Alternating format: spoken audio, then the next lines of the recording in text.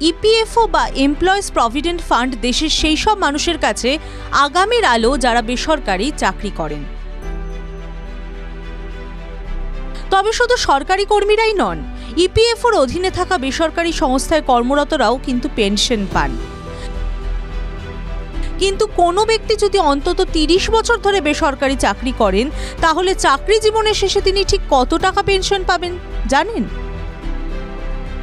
আসলে যে কোনো বেসরকারি কর্মচারীর বেতনের একটি অংশ কেটে নিয়ে জমা হয় তার ইপিএফ অ্যাকাউন্টে, আর তিনি যে সংস্থায় কাজ করেন সেই সংস্থাও ওই একই পরিমাণ অর্থ তার ইপিএফ অ্যাকাউন্টে জমা দিয়ে থাকে। সাধারণভাবে কোনো ব্যক্তির বেসিক স্যালারি ও মহার্ঘ ভাতা মিলিয়ে যা হয় তা 8.33% জমা হয় এই এমপ্লয়িজ পেনশন স্কিমে। তবে বেসিক স্যালারি ও মহার্ঘ ভাতা মিলিয়ে সর্বোচ্চ অঙ্ক ধরা হয় 15,000 টাকা। তার বেশি কারো স্যালারি হতেই পারে, কিন্তু সেই ক্ষেত্রেও সর্বোচ্চ স্যালারি 15,000 টাকাই ধরা হবে। তবে বেসরকারি চাকরি করলেই কেউ পেনশন পাবেন এমন নয়।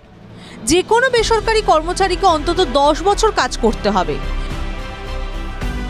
এবং পেনশন স্কিমের অ্যাকাউন্টে জমা দেওয়া টাকা ব্যবহার করেই এই মাসিক পেনশন দেওয়া হয়। আর এই পুরো বিষয়টি দেখাশোনা করে এমপ্লয়িজ প্রভিডেন্ট ফান্ড অর্গানাইজেশন।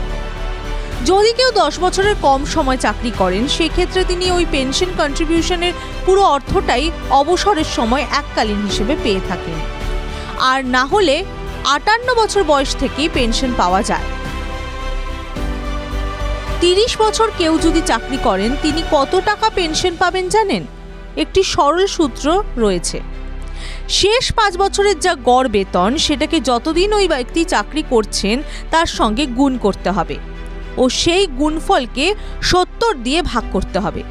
যদি কারোর শেষ 5 বছরের মাসিক বেতন 40,000 টাকাও হয়, তাহলে সেটা সর্বোচ্চ 15,000 টাকাই ধরা হবে। সেই ক্ষেত্রে ওই ব্যক্তির পেনশন হবে 15,000 গুণ 30 ভাগ 70, অর্থাৎ 6,428 টাকা। তবে যে কোনো ব্যক্তির ক্ষেত্রেই সর্বনিম্ন পেনশন অ্যামাউন্ট হবে মাসিক 1,000 টাকা। TV9 Bangla digital.